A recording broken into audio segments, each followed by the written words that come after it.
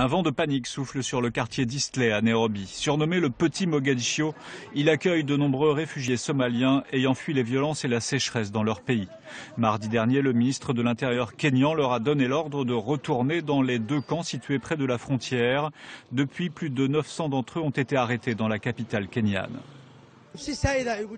J'ai peur. Toutes les nuits, la police entre dans nos maisons. Certains de mes collègues ont été arrêtés.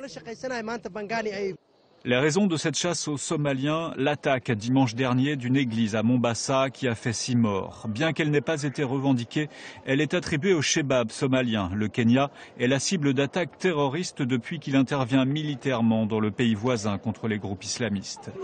À chaque attentat, les réfugiés somaliens sont montrés du doigt, de même que les Kenyans d'origine somalienne. Dans le quartier d'Eastleigh, la police ne fait pas de distinction. J'ai été arrêté et emmené au commissariat de police alors que je suis kényan. Je n'ai pas été relâché avant 2 heures du matin.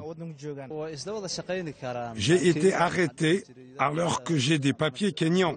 Même la personne qui est venue me sortir de là a été arrêtée parce qu'il est d'origine somalienne. Les Kenyans d'origine somalienne se demandent pourquoi leurs représentants n'interviennent pas. Nous avons un représentant de notre communauté qui est dans la majorité à l'Assemblée nationale et nous attendons toujours qu'il parle de ces choses. L'ONU a critiqué vendredi ces mesures qui ciblent les personnes sur la base de leur nationalité ou leur appartenance ethnique. Elle les juge discriminatoires.